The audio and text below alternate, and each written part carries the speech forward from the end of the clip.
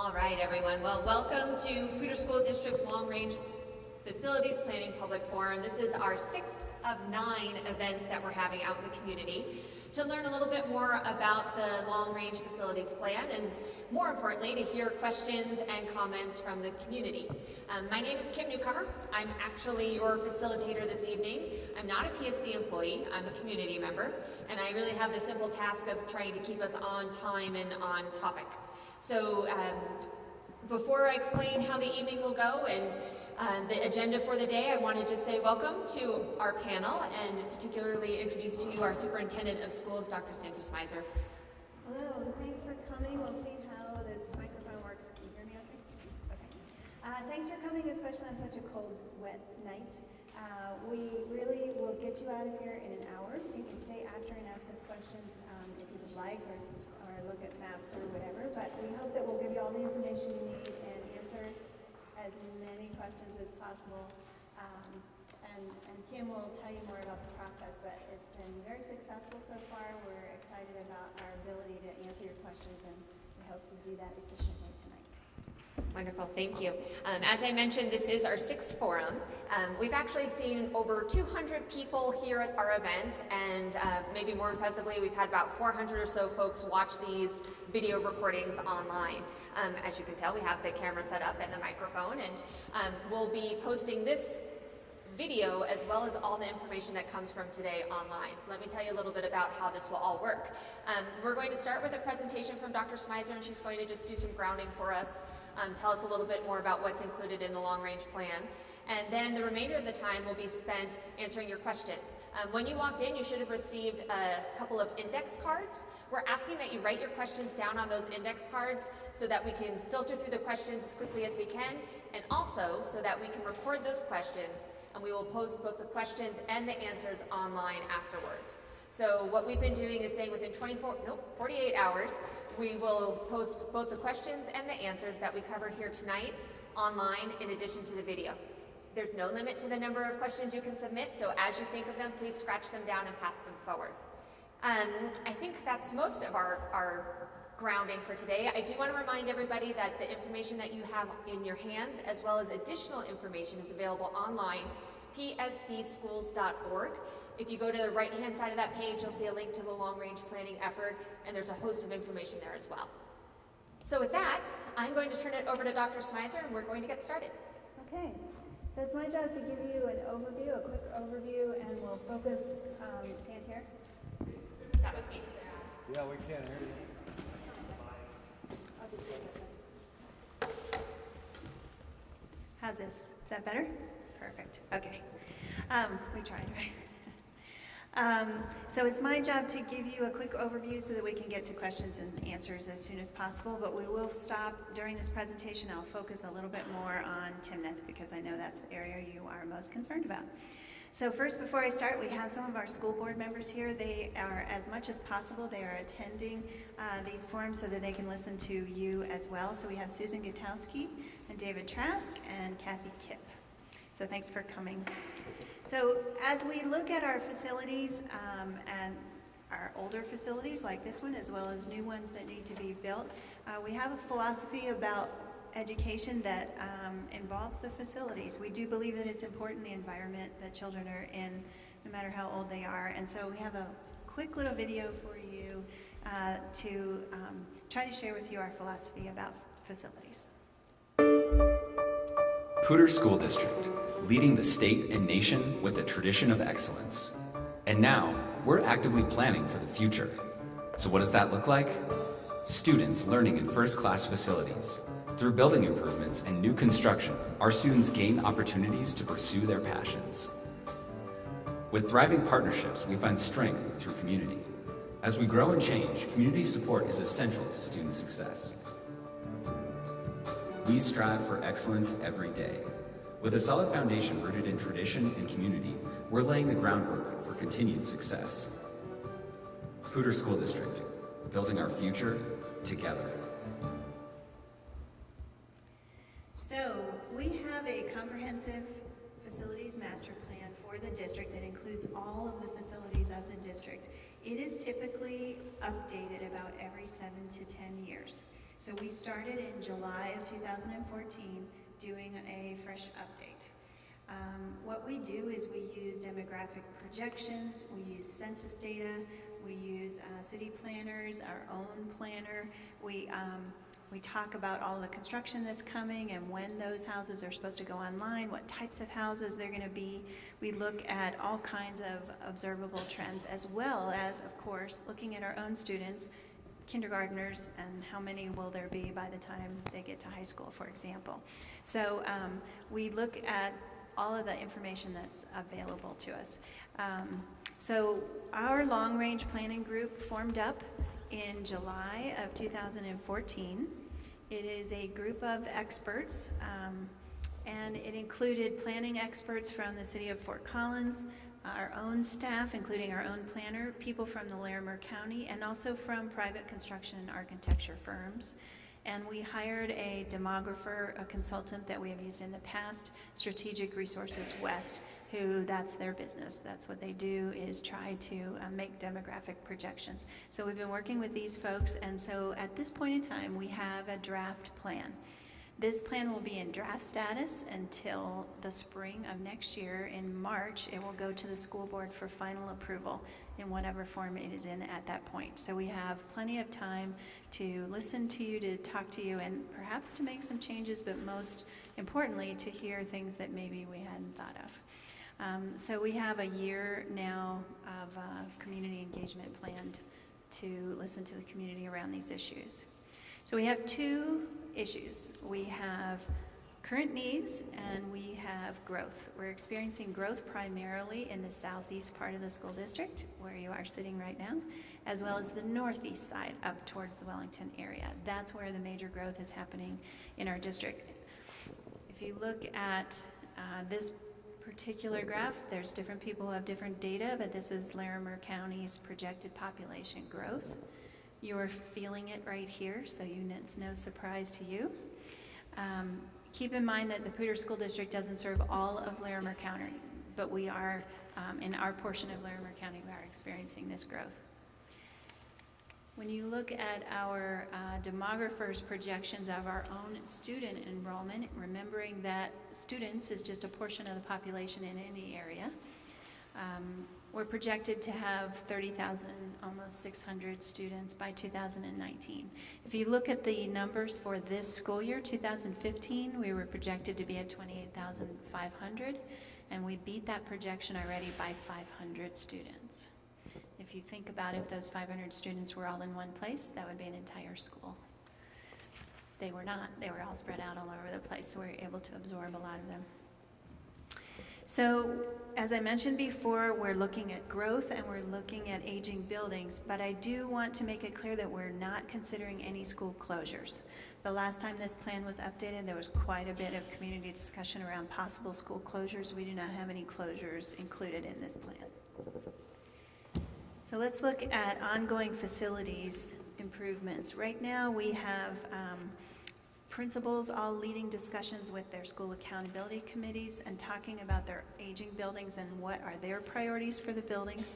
We also have a facilities audit that is looking at the infrastructure of the buildings and also prioritizing needs. What we will do is cross-reference those two wish lists together, and we have a community group that's just formed up to help us with this project, the Community Facilities Advisory Committee, and they will be helping the schools to finalize their lists and to arrive at the priorities that make the most sense.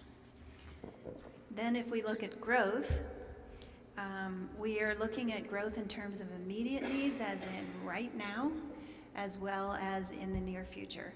So right now we need modulars at several buildings, and we also are looking at having less school choice available in several of the schools across the district. The way our choice policy works, it is according to state law. State law is that you offer parents to go to whichever school they choose. But by law, the neighborhood students that live in the boundary of that school have first priority. So no person from outside that neighborhood boundary can ever bump a neighborhood student out. And so, so our policy lines up with that. We have 8 categories in order. And what we're finding is that at many, many of our schools, there's simply no more room for anyone who is not a neighborhood student. We're also looking at relocating and maximizing the space that we have inside the most crowded buildings. So if we have, for example, a district program that's located in a school that we could house in a different school, we're starting to move some of those programs out. And we also are looking at changing some of the different uses of rooms within the buildings to try to maximize space. So these particular buildings in the next couple years are likely to have modulars. If they already have modulars, they are likely to have more. So those are the ones that we're planning for modulars. And when I say a modular, I'm talking about one building. It typically holds 2 classrooms, 1 on each side. So if you use 25 students as an average, you can think 50 students per modular. And then if you look at this, this is the list of schools that is having less and less and less seats available for students that are not from the neighborhood. So you see how many of our schools are being impacted by simply filling up with neighborhood kids.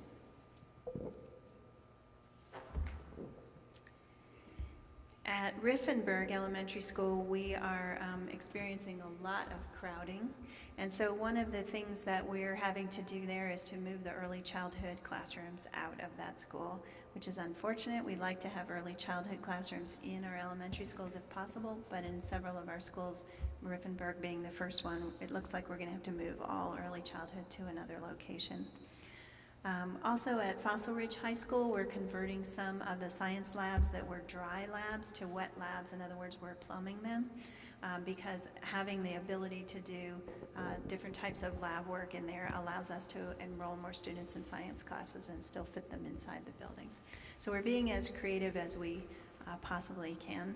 And Wellington Middle School, we're also looking at, do we need to move some district programs out of there to allow them to use their space more efficiently. Then when we get to the question of growth, these are the proposals for growth that are on the table at the moment. A new elementary school in the most southeast part of town, of the district, excuse me, which would be south of here, south and east of here.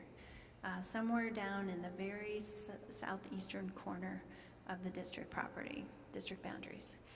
We do not own that property at the moment, and we will be needing to purchase a place to put an elementary school. We're also looking at a permanent addition to Zach Elementary School. We do believe that with one addition, permanent addition on that building, their enrollment will top out and level out. Riffenburg, as I mentioned, is losing early childhood because we need those classrooms. And then we're looking at a slight boundary change between Riffenburg and Laurel. I'll talk more about boundary changes in a minute. We're also looking at a new middle school, high school east of I-25. If you know where the district's property is on Prospect, we own 100 acres there. And we're talking about building a new middle school, high school. Our intention is to do it the same way that Fossil was done, not necessarily the same building, but that a middle school and a high school share the same building when it opens, and then the high school, as it fills up, then we will build a middle school, most likely on this side of the highway, for the middle schoolers to move out. In the case of Kennard and Fossil Ridge, it took 2 years. Kennard was in the building for 2 years before their building was ready and the high school was full. We're not sure if it'll happen that fast here, but we are proposing that at the next phase of building, the middle school would be one of the first on the list for the next phase of building after this phase. We're looking at doing the same thing in somewhere near Wellington on the northeast side of town.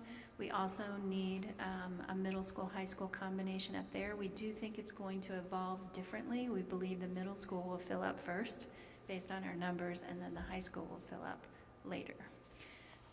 Then also at the Prospect site, we're looking at an athletic complex.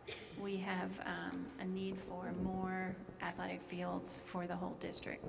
So let's talk about this Southeast Elementary School. So it would be south of Bethke, somewhere, land to be purchased. It would be designed to relieve pressure at Bethke, at Bacon, and here at Timnath. What will happen, what our projections show, is that Timnath would be underutilized for a short period of time and then fill up with growth very quickly. Proposed construction for this new elementary school would be from 2016 to 18 to open in the fall of 2018, which is not that far from now. And maybe at this point, should we pause and talk about numbers for Timnath? We could, or I'll just wait and we'll give you specific numbers about the enrollment that we're looking at for Timnath in just a moment. So for the Prospect site, we're looking at construction 2017 to 20 with a fall of 2020 opening up. It would particularly affect families that have younger children right now, if you just look at the number of years. It would relieve pressure at Lesher and Preston Middle School, as well as Fossil. So we're seeing extensive growth and new construction in all of those boundary areas over the next 5 years, and we'll tell you some of the numbers that we're looking at right now.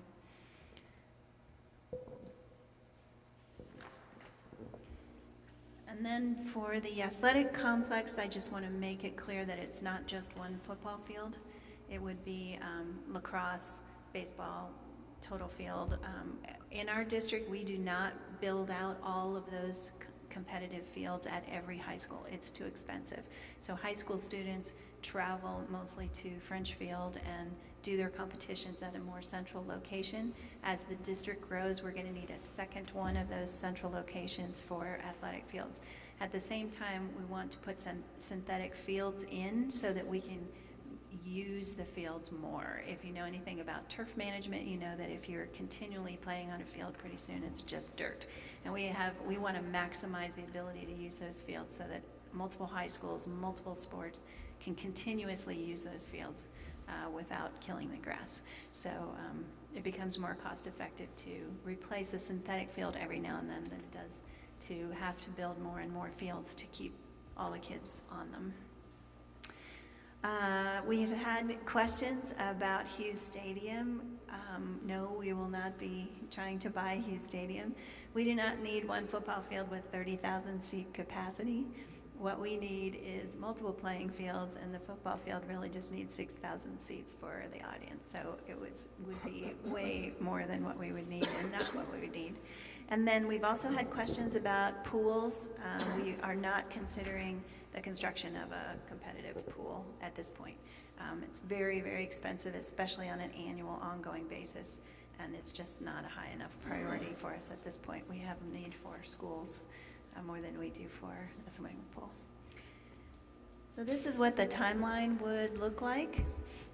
By the way, what you're holding in your hands are mostly summary statements, and if you look online at the planning section right on the front page of the district website, you can download or read online the extensive report, which has all of the proposed boundaries and all of the maps in it. We will try to be as frugal as possible and as conservative as possible in these buildings. We would like to limit the tax burden on people as much as we possibly can. We have no other way to build these schools than to go out to the voters and ask for a bond. In Colorado, that is how school construction is funded. Each local community funds their school construction through bonds. In some other states, they include that in the way schools are funding. Here in Colorado, it is not contemplated that our annual funding would cover the cost of construction. That's just not the way we are funded here. And by sometime in the early fall, we will have a financial model for all of this construction and be able to communicate with you all what that might look like, what would be the size of that bond.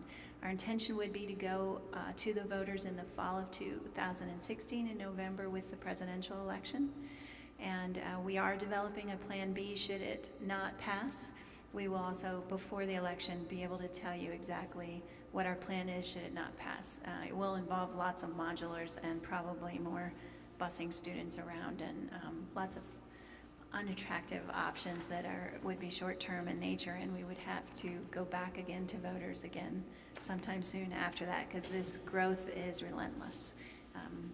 It's not going away.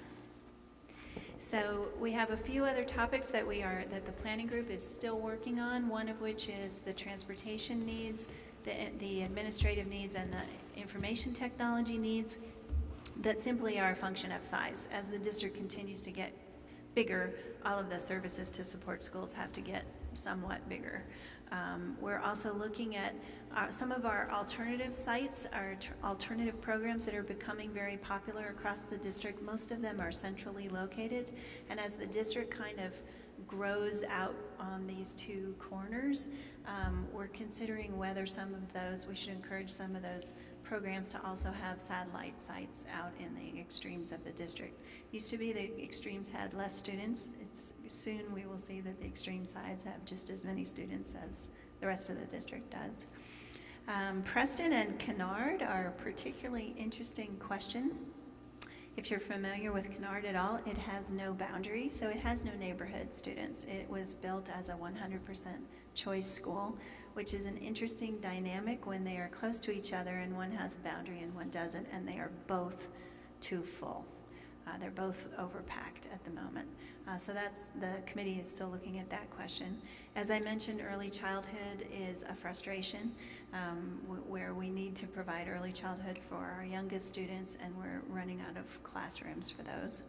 And also the heat mitigation. We're waiting for the results of the engineering study on all of our buildings to see what we could do at the most impacted buildings for the heat. And we'll have to consider all of those possibilities as to whether or not we try to move on any of those as part of the bond as well. So we have several groups that are helping us. As I mentioned, we have the long-range planning group that's put together this plan and is still working on some of the details. We have the Community Facilities Advisory Committee that's made of several very involved community members who have been with us for a long time, working on prior bonds, as well as some new members to that community who are helping us out. And then we have Boundary Committee, which will start up in the fall. In September or October, the Boundary Committee will get called up, and they will be the ones that make the recommendations to me and to the board about any boundary changes. So they will include a member, the principal, and a couple members of the community from each school that would be impacted by a boundary change. So they will start their work in September and October. I will tell you that, as I mentioned before, the boundary between Riffenberger and Laurel is the only one we're talking about actually shifting, because Riffenberg is packed and Laurel has some room and is projected to continue to have some room. But of course, every new school that is built will have a boundary. So other students will get scooped from their neighborhoods to go to a new school, and those boundaries will need to be drawn for each new school. We do have a proposed boundary, and those that we have designed based on the projections and the growth in those areas, but we will give those proposed boundaries to the Boundary Committee to wrestle over, and they will be working for quite some time. And then we have a Mill Bond Committee. That's a community group that has been functioning for a long, long time. We have a few members who are here tonight to listen to you all, and they are the community basically watchdogs of how we spend taxpayer dollars. So when on the last mills and bonds that have been passed, they meet and they listen to us about what we're spending our money on.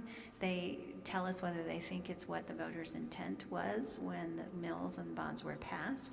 And so they keep an eye on us, and we are indebted to them for keeping an eye on us and communicating to you all if they have any questions. So they will, if we go to a bond election in the fall of 2016, many of them will join the new Mill Bond Committee, and others may choose to drop off, but they will continue their function of watching us as we spend taxpayer money. So we have time for questions, but before we do that, I'm going to ask for whichever one of you is going to give, I'm sure you're very interested in specific numbers for Timnath, and so we'll give you those. While they're debating who will actually give those numbers, I'm going to introduce this panel sitting before you. Let's start closest to me. Hello, Dave Montoya, who's the Executive Director of Finance. We also have Todd Lambert, the Assistant Superintendent of Elementary Schools, and Pete Hall, the Executive Director of Operations. While they give us a quick summary of the circumstances here at Timnath, again, I want to encourage you to write down your questions on those index cards, and we'll have staff come around and pick those up so that we can get them answered here tonight. So with that, gentlemen, I will turn it over to you. Yeah, and by way of apology, our planner could not be here tonight, so we talked earlier this afternoon about some of the numbers, and some of the numbers are directly attributed to the growth that Dr. Smizer mentioned. In this specific area for Timnath, we have several developments that are going to be impacting the school. Okay. And with that, we're looking at, we've got about 306, is that? I'll get right into this. Okay, there we go.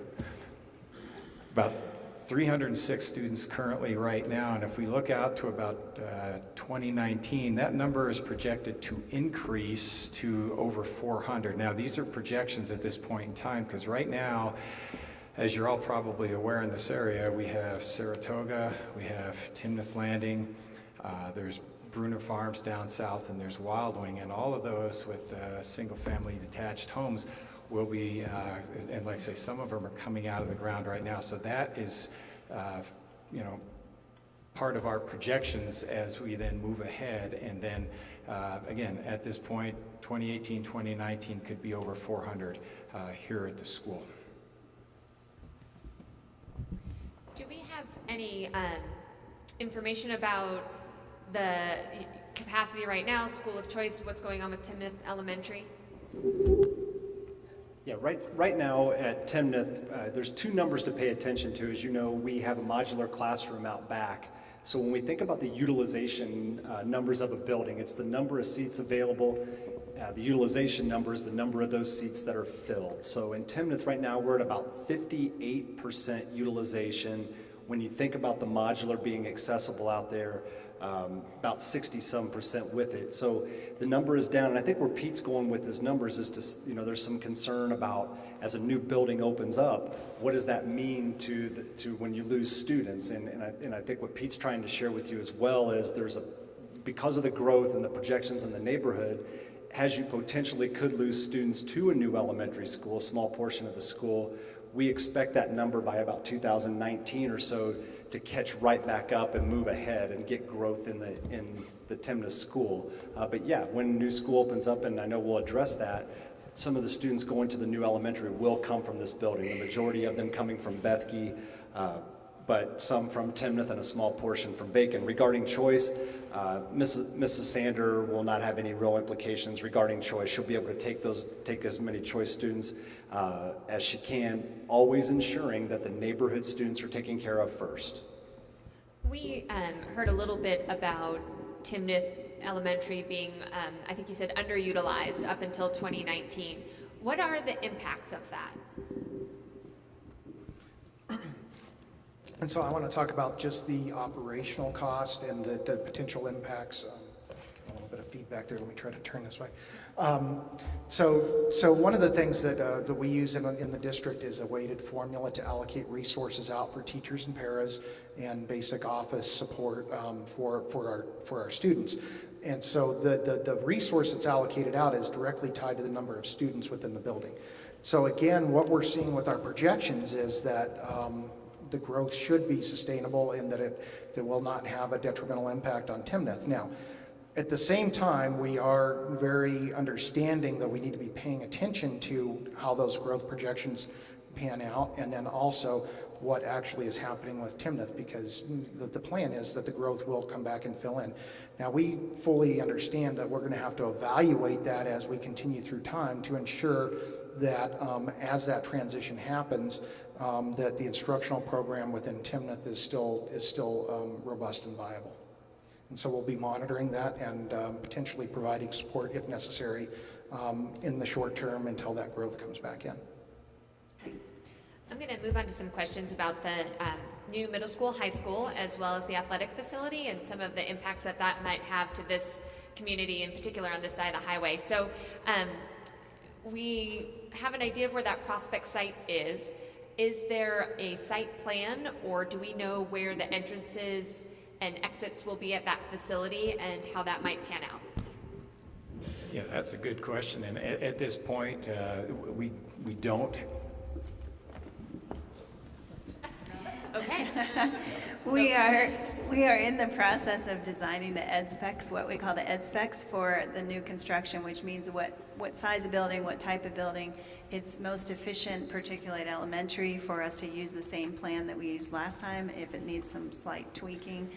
So we're looking at what will be the ed specs. In the process of building a school, we clearly look at the roads. Can you talk about how the county and cities all work with us on roads? Yeah, right now, I've had questions actually at a session yesterday about the interchange on I-25. That's a big question, and at this point, I think there's plans in place. The funding is not in place. That's a CDOT type thing. The property itself, when we work with municipalities on developing road access and whatnot, yeah, we'd have to take a look at setbacks off of Prospect, setbacks off of County Road 5. I know we've had conversations with Box Elder. There's a sewer line already set back, and so if we had to relocate, that's the Lake Canal ditch that's right there, and that's planned to be piped. We would push that back as road improvements would allow us to turn into the property. But how that would lay out, which side of the property that the schools would be on versus the athletic complex, we haven't done a master plan for that site as we're trying to get a size of a building and what those complex and how that would fit all on the site at this point in time. So we are developing that educational spec, and with that, that'll become part of that whole that master plan for what that'll look like. So Pete, I'm guessing that master plan also looks at things like potential new stoplights, maybe any ideas around widening Prospect. It sounds as though there might be some real traffic impacts to having both the school and the athletic facility at that site. And how do those, I mean, do we have an idea of what that traffic impact might look like? And then how do we plan to mitigate that? Yeah, if we're looking at this, we'll start with the size anticipated at the start of the school. If we're looking at anywhere from an 800 student to an 1,100 student blended middle school, high school, we'll start to take a look at what that impact may be from busing, parent traffic, where they're coming from. And a lot of what we're looking at is creating a system that will bring students north-south on the east side of I-25. So not a lot of traffic, perhaps, again, anticipated coming over the interchange. Of course, with athletic competitions and whatnot, how that will play in. We have Harmony Road, we have Prospect, we have Mulberry. There's multiple ways to get in, depending on where visiting teams, our teams would come from, would be part of an overall traffic plan. So we would look at that. We would work with the municipality on that road improvement, like we talked about, if we had to widen Prospect in certain areas, or County Road 5, a big improvement on County Road 5, just adding those stop signs, and that's changed a lot of the dynamics. And municipalities have guidelines in place that they use for stoplights, and what that would warrant is, and as we've grown into schools, is, for example, around the Fossil Ridge area, a lot of that development has come after the schools have been in there. Traffic lights at Lady Moon and Kechter were put in after the school. That roundabout, everybody's familiar with that, was put in after. And so there's a lot of that as you start to grow into the school, things start to develop around that as well. So I guess you kind of all grow together in some ways. So I have a couple questions here that not only address the traffic impacts, but what about noise and lights? So a lot of comments stating that folks chose to live out here because it is a little bit more quiet and maybe serene. And are there plans in place to mitigate both noise and light impacts?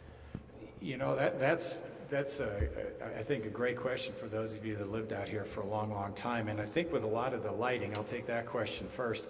A lot of the new downlighting on some of these stadiums is very prescriptive anymore, and it's highly focused, so what they call the light spillover isn't as evident. For example, at Fossil Ridge, we have the field right on Lady Moon, and Observatory Village is right to the east, but the downlights, we don't get a lot of issues with that. The noise is another thing that I think with input, we look at where we would place a facility, how we would mitigate with, and Do you set it back further, you know, to the north and the east, or the north and the west? And you know, that's to be determined, and I think it's a great thing to consider, you know, as part of this environment. Would there be any consideration on regulating hours of use to help with that issue? Yeah, we do have with facility use and with the schools, generally, depending on the night facilities that could, again, potentially be scheduled, and depending on how fast that would catch up, you know, you have night games at French Field. For those of you who are familiar with that, there's a speaker system, and I'm not, you know, the way those are directed, that's right in a neighborhood and right on top of a neighborhood, and that facility is used very heavily. We don't use it on Sundays. We're generally out of there 9:30 at night if there's games scheduled. So during the day, it'd be probably normal school business, if you will, because the anticipated use would be for the school. And then once that's done, then other events would be scheduled as available, and I guess as necessary. And that's to be seen how much use as we start to grow. Again, we kind of grow into it. So I think we're conscious of how that use is scheduled and how it impacts the neighborhood. Right.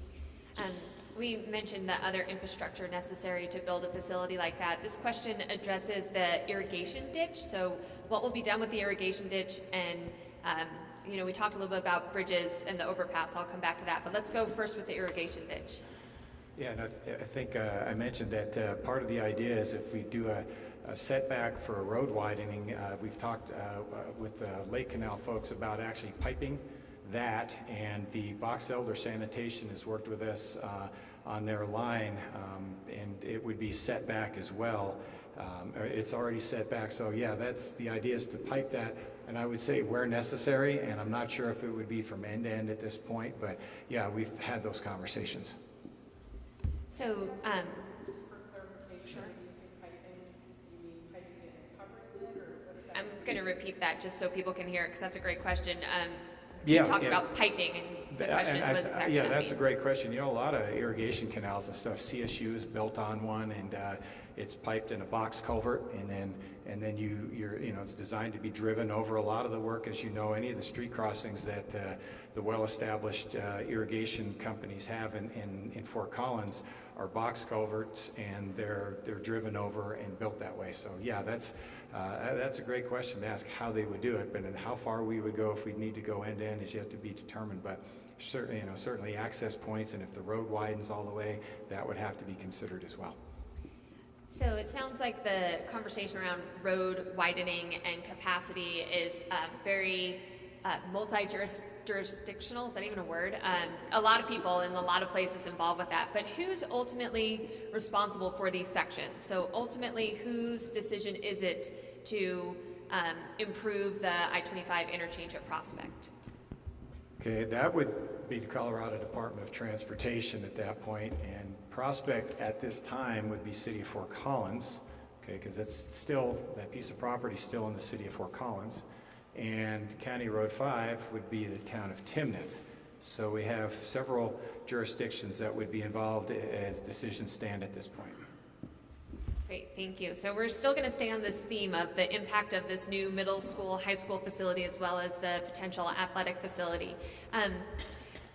Where on 100-acre lot is the sports complex planned? Again, this kind of goes back to site planning, but it's hard to envision 100 acres and where the school would be in relation to an athletic facility, in relation to the road.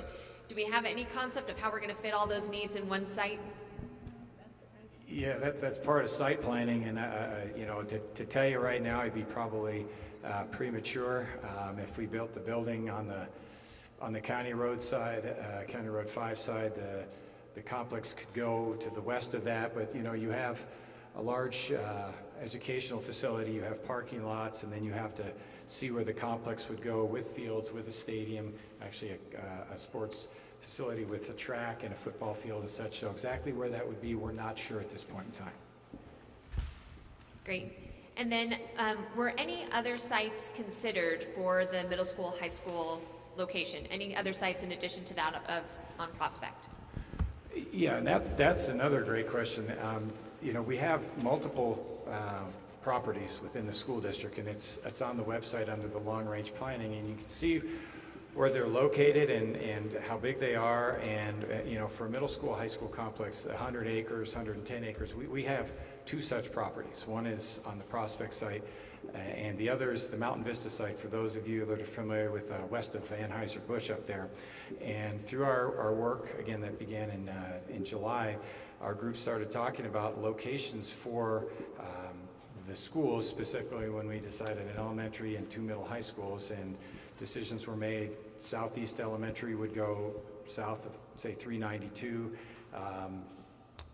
The Prospect site and the Mountain Vista site were discussed heavily over which would be a better site, and the Prospect site was decided for as growth. You don't exactly build and plan for growth in that area, you plan for growth beyond that, and that's where that Prospect site became you know, a lot more favorable. And then because questions came up about the Mountain Vista site and for the Wellington growth plan, and it didn't fit their growth plan well enough that we decided that as we look to Wellington for a middle school, high school, that we would look at property up in the Wellington area, still to be determined.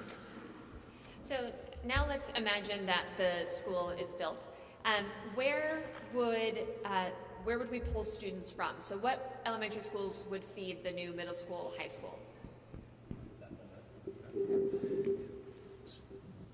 Putting at the Prospect site, then we would start to look at what's east of I-25. So we would look at Bethke and Timnath, as well as potentially how the new school farther south plays into that. Right now, we're talking about them feeding into Preston. So we certainly, by putting a new high school there, we would at some point be establishing a 5th comprehensive feeder. It would ultimately grow into that, and at that point, we'd start looking at proximity. I think you could count on the fact that Timnath would be part of that, and likely Bethke as well. Just thinking geographically on how things line up and how close they are to I-25, what the school farthest south would do is hard to say. It might depend on the impact on Preston at that point. But I think for as far as the new schools go, we'd be looking at those because we anticipate so much growth on the east side of I-25. It would be up that corridor. They would go to that new site. Would students have the ability to stay in STEM programs if the boundaries send them to non-STEM schools? Yeah, I think there's a couple of questions there, so I'll try to take each one. Anytime we open up a new school, kids that were in an existing school, let's say, for example, I'll use Timnath as an example and the new elementary, the new proposed elementary. A lot of students build relationships from kindergarten on, 1st grade, 2nd grade. They get familiar with the teachers, and the school becomes a home. Timnath's a great example of that. When a new school opens up, if we were to have students that would fall into the new boundary, we would start to make some decisions about what we call grandfathering students in. And typically that's 4th and 5th graders. And there are a couple of complexities to that. So we would come to those families and say, if you want to go to the new school, we've accounted for you in the growth. However, if you're a 4th or 5th grade student, you could stay, and you would have that opportunity. And then we'd have to make some decisions about siblings. Speaking specifically to STEM, middle school and such, we would offer students opportunity to grandfather in. The program wouldn't have anything to do with that. It would be where they live in the neighborhoods that would be going and where they might be possibly going to new enrollment. If a parent was outside of that and wanted to stay, there might be some options there regarding our school of choice policy. Great. Again, I want to encourage you to write down any questions that you have on these index cards. We'll have staff run around and pick those up. If we don't get to them tonight, we will answer them again online within the next 48 hours, but I still have a few more, so we'll keep going. Since Preston is already full, what do you plan on doing with the growth of students until the new middle school, high school is built? And will the modular approach be enough to get us through this tight period? Yeah, I think we're doing a couple of things, and they work in tandem. The first one is we're asking our principals in buildings where the neighborhood growth is really filling the buildings, and Preston's a great example of that. We're asking them to manage their school of choice options. In our district, our principals evaluate school of choice, and again, the first obligation for any school is to take care of the neighborhood kids. And this is what we're running into it at Preston. So what you've seen Mr. Nielsen do is over time, as new groups come in, he limits those numbers because he wants to ensure he has enough room for his neighborhood kids. So there's one option is for the principal to manage that. And of course, the second option, Kim, is what you mentioned too about modular classrooms. That's something we can do. And then a possible third option, and this isn't necessarily applicable to Preston, but it's something that we consider, and Dr. Smyser's talked about it a few times. If there's a district program in a school and we watch the neighborhood growth continue to push enrollment up, we do look at options for district programs. A good example we mentioned earlier was Riffenburg and early childhood. As Riffenburg's neighborhood numbers started to go up, we needed to clear classrooms. It was easier for us to move an early childhood classroom, which is a district model, because we can't move one of the kindergarten classrooms from the neighborhood to another school. So we have some options. We're hoping to mitigate those in the short run, but again, usually it's managing school of choice, modulars, or a district program. We heard that the approach to building the middle school, high school as sort of a joint facility was that the plan is essentially it fills and you need another site for the middle school. So are there conversations about where that site will be, and what are we looking at for a middle school site in the future? Well, currently a site, another one that we do own, for those of you who are familiar, it's actually just across the street. There's a 50-acre site there right now that we're using for grazing. And that site was basically given to us through the McMorrises. But at this point, with Timnath Landings going to the east side of that, and the anticipated relocation of County Road 5, how that site plays into the future plans right now is still to be determined, but it is a site close enough. And we're looking right now optimal for a middle school of about 40 acres. So that site is 50 acres right now. So at face value, it's an attractive site just because of its location as we build on this side. But that's the one site that we do own, and even trying to find 40-acre parcels on this side of the interstate right now is getting more and more difficult. So we do have that one at this point. Pete, you had talked earlier about looking at both the Mountain Vista site and the Prospect site.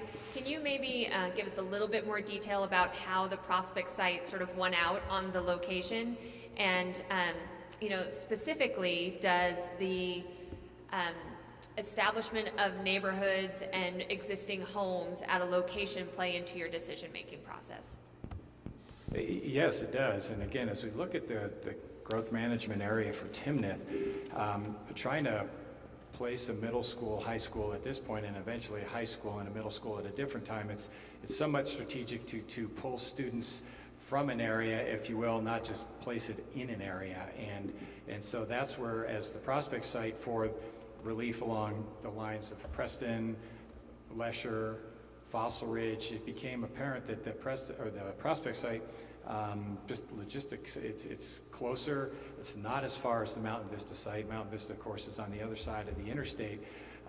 So at this point, that with again the growth management area for Timnath going up to County Road 56, strategically locating to pull from both areas, it became apparent that the Prospect site was probably a better site, whereas the Mountain Vista site would have entailed a lot of busing from this area, brought kids on the other side of I-25, and just didn't seem to be applicable for what this growth pattern in this area needed.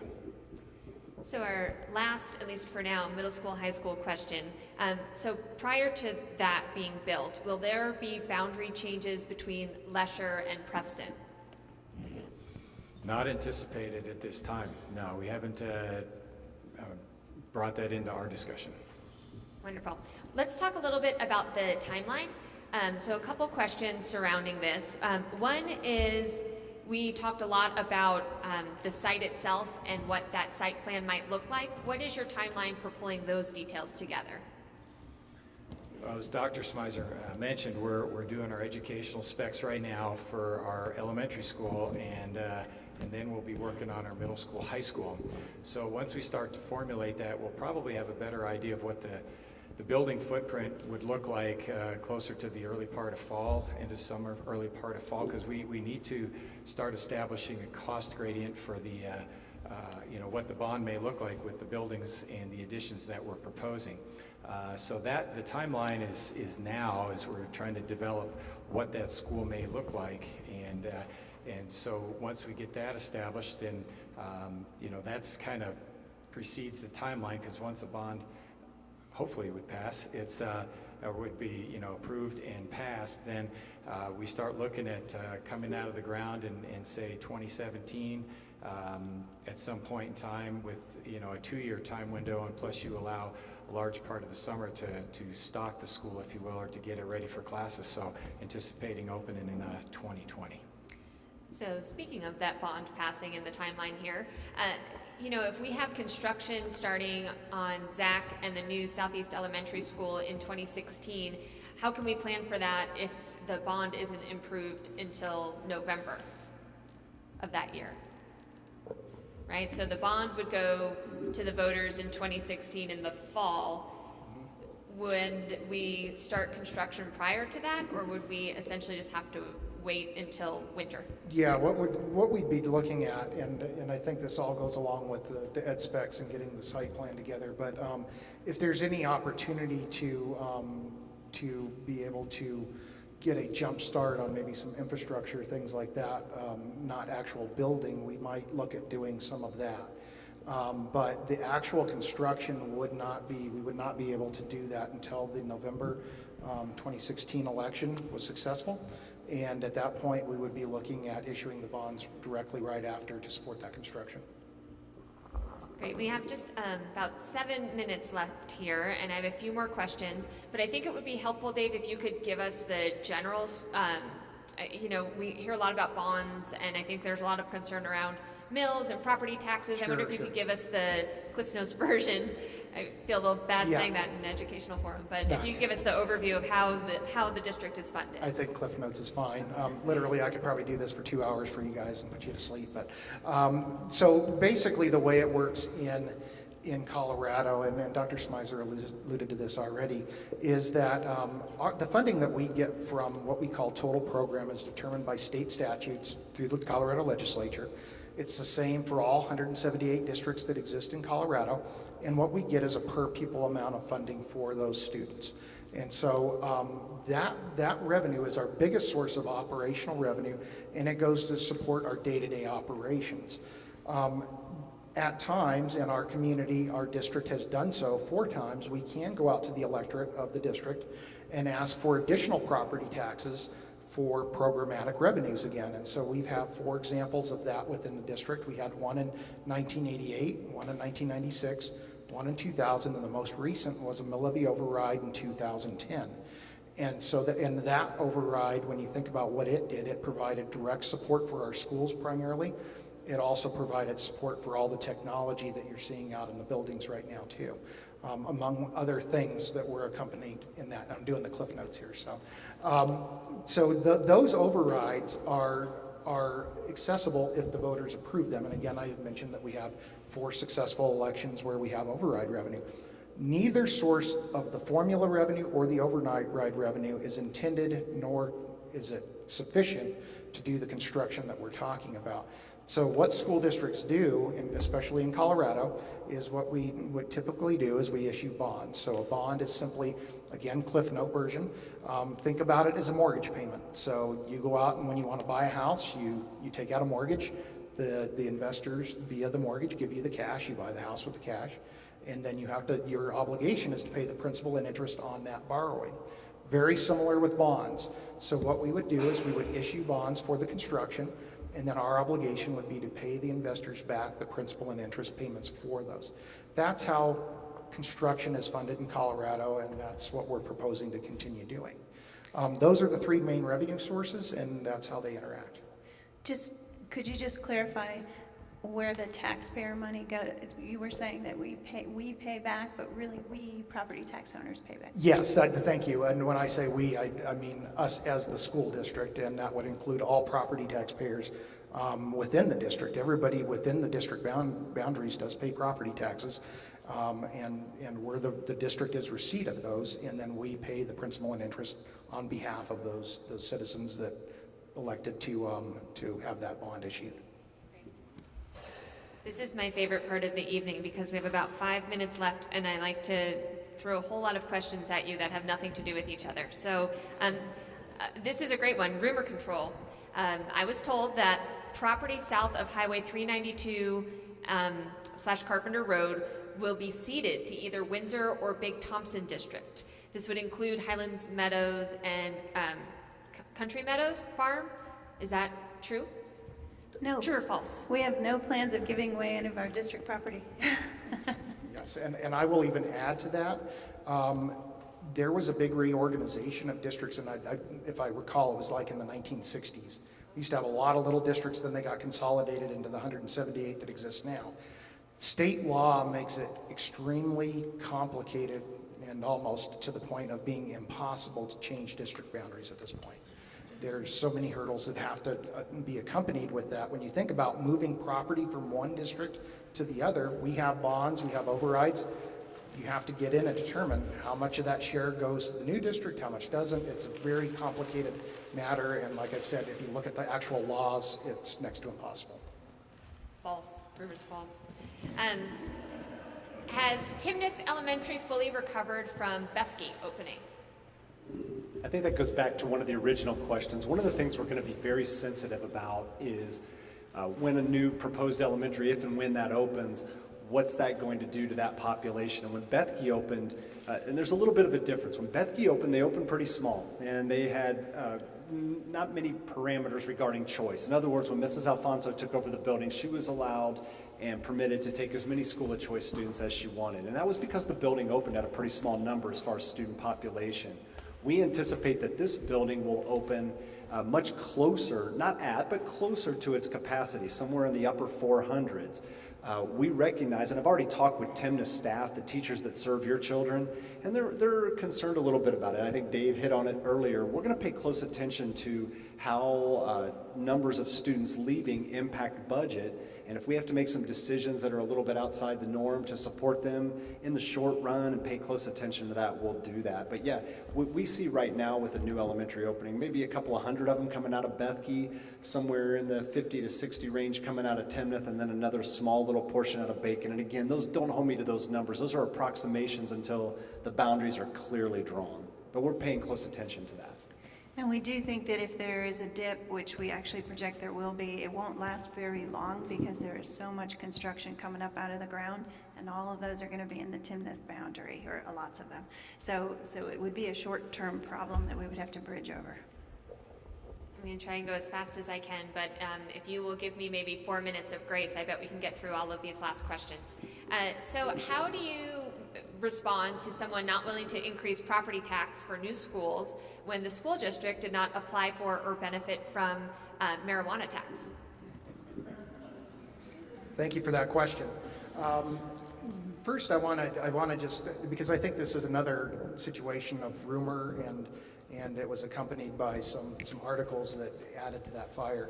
I want to just go on record to explain that we do pursue revenue where it's available, if it's legally available, which the marijuana money is now legally available, we would pursue that. The problem is that the marijuana money that goes to the state is distributed based on a grant formula, so you have to apply for it. It's only to support construction in Colorado. And when you think about Poudre School District compared to what you might see out on the Eastern Plains, there is a stark difference between what our buildings are maintained based when compared to some of these other smaller districts. So when we say that we did not pursue the best funding, and it's the best funding of which is the grant program, it simply means that we knew we were not going to qualify for that money. So why go through the effort of doing a very lengthy application process that we knew would not end in our favor? We'll continue to monitor that and pursue revenue when it's available. And we've done that in the past. We participated in the BEST program in the past. When we were able to get in right when it started opening up right now. But for right now, the BEST program is dealing with life safety issues, and I've seen pictures of some of these buildings. And we're talking about some like high schools that are really running barns and things like that. And they're trying to put fire alarms in those buildings. So we're much further ahead of that curve. So it's not that we don't want to access that money. It's just we want to be smart about how we're deploying time spent to apply for money. I will say too that I think there's a lot of misunderstanding about how much money we're talking about too. If you look at the entire state of Colorado, I believe the number was 17 million. $17 million, which is not enough to even build one elementary school in the entire state. That's how much marijuana money we're talking about. So when you see someone needs a fire alarm and someone else needs a boiler and a small roof, what would we even get in line for? So there was a lot more to the story than what people have heard. All right, I'm going to move us along so we can get to these last few questions. We talked a little bit about STEM earlier, but just to clarify perhaps, will the new middle school, high school be STEM or core, since it will have Bethke and Timnath students? We'd like to have our buildings reflect what our parents and stakeholders say they want and they value in a building. So typically we don't open a building with a program in mind. They open as neighborhood schools. Right now there are no plans to identify the middle school or the high school with a specific program or an instructional configuration. This could be a long question, or I should say a long answer, but generally, how do we plan for diversity at all of our schools? And that includes schools that are school of choice. So how do we encourage diversity, and do we look at diversity of students as we do this long-range planning process? Good question. In terms of choice, there is no criteria for choice that involves diversity. So in other words, a student would not be given preference over another student because of their gender or their race or anything like that. And it wouldn't follow state law if it did. So we don't have an ability to give some students preference over another simply in order to make a school more diverse or less diverse or something like that. So that's not an option. So we can't use the choice policy to do any of that. What we have done is encourage all schools to develop great programs so that all kinds of kids want to go there. And that basically is what we're doing. Now, I will say that as boundaries are redrawn and as the boundary committee looks at that, they will probably take into consideration the neighborhoods that are in that boundary and try to draw the boundaries so that if all of those students went to the school, it would be somewhat balanced. But I will tell you that a boundary is not a fence. And people go where they're going to go. So we could have the best intentions to make a school well balanced, and parents could choose to do something else. Great, thank you.